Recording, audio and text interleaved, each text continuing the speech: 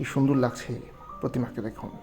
অপরূপ সুন্দরভাবে ষষ্ঠী ক্লাবের চক্ষুদান, অর্থাৎ এটি প্রতিবেশী ক্লাবের প্রতিমা। আর এটি গোলাপটি সরকার বাড়ির প্রতিমা। কতদূর দেখতে পাচ্ছি প্রতিমাকে কিন্তু কিভাবে নিয়ে আসা হচ্ছে। নমস্কার বন্ধুরা, সরস্বতী পুজোর হাতে গোনা আর মাত্র 8 দিন আছে। এমতো অবস্থায় দাঁড়িয়ে আমি চলে গেছিলাম কৃষ্ণনগর নতুন বাজার পালপাড়ায় শিল্পী কানাইলাল ঘোষের স্টুডিওতে। আগের ভিডিওতে আমি দেখিয়েছিলাম গোলাপটি সরকার বাড়ির প্রতিমা কতদূর প্রস্তুত। তার যে চক্ষুদান সেটা কিন্তু হয়ে গেছে। সেই চক্ষুদানটি হয়ে যাওয়ার পরেই আমি ভিডিওটি শ্যুট করলাম, এটি শর্ট ভিডিও দিলাম আপনাদের।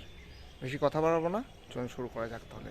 আর ভিডিওটা অবশ্যই মন দিয়ে দেখুন, ভালো লাগলে লাইক কমেন্ট সাবস্ক্রাইব করবেন। চলুন শুরু করা যাক। বন্ধুরা, আশা করি সবাই ভালো আছেন। আজকে চলে এসেছি শিল্পী কানাইলাল ঘোষের স্টুডিওতে। গোলাপটি সরকার বাড়ির চক্ষুদান হওয়ার পর কী প্রস্তুতি সেখানকার, সেটি দেখার জন্যই কিন্তু চলে এসেছি। এসে দেখলাম মায়ের চক্ষুদান কিন্তু কমপ্লিট। কি সুন্দর লাগছে প্রতিমাকে দেখুন। অপরূপ সুন্দরভাবে চোখটা দেওয়া হয়েছে। শিল্পী সুরজিৎ দা তার নিপুণতার সঙ্গে চোখ দিয়েছেন মায়ের। তার সঙ্গে তো সিনারি এবং মায়ের যে শাড়ি সেগুলো তো রয়েছেই। ঠিক তার পাশে কিন্তু সুশ্রী ক্লাবের প্রতিমাও প্রায় তৈরি। আশা রাখছি পরবর্তী ভিডিওতে সুশ্রী ক্লাবের চক্ষুদান, অর্থাৎ চোখ দেওয়ার পর যে পজিশনে আসবে ঠাকুরটি, সেটার নিদর্শন আপনাদের সঙ্গে শেয়ার করতে পারব। আপাতত এই অবস্থায় দাঁড়িয়ে দেখছি মায়ের সমস্তই কিন্তু কমপ্লিট। রং থেকে শুরু করে চোখের শেড একদম সব কিছুই কমপ্লিট। পাশে কিন্তু এই প্রতিমাটি দেখতে পেলাম, এটি প্রতিবেশী ক্লাবের প্রতিমা। আর এটি খনিশ পার্কের প্রতিমা। দেখতে পাচ্ছি প্রতিমাকে কিন্তু কিভাবে নিয়ে আসা হচ্ছে স্টুডিওতে। ওয়েদার খুবই খারাপ ছিল, যার কারণে বৃষ্টির সম্ভাবনা থেকেই থাকে।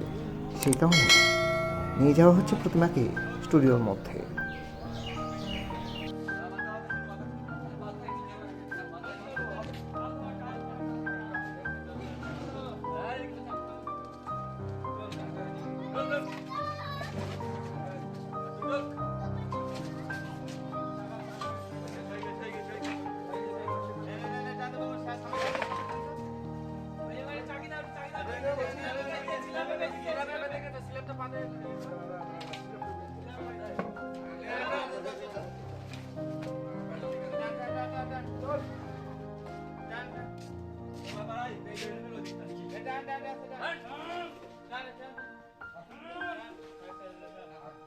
এবার চলে গেছিলাম স্টুডিওর মধ্যে, মানে ভিতরের কারখানায়।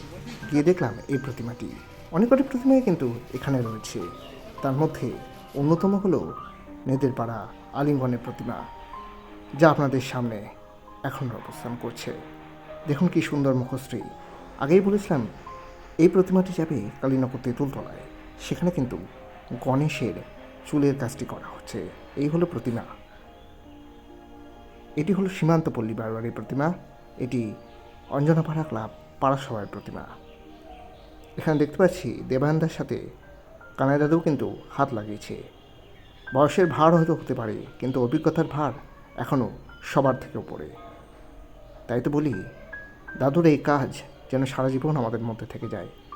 প্রত্যেকটি ঠাকুর কিন্তু রং শুরু হয়েছে, খুব তাড়াতাড়ি কিন্তু চক্ষুদানও শুরু হবে।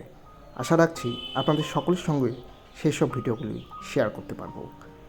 দেখুন কি সুন্দরভাবে গণেশের যে চুলের অংশটি, সেটা কারুকাজ করছেন শিল্পী কানাইলাল ঘোষ। ভিডিওটি কেমন লাগলো জানাবেন, শুভেচ্ছা নেবেন। Stay tuned.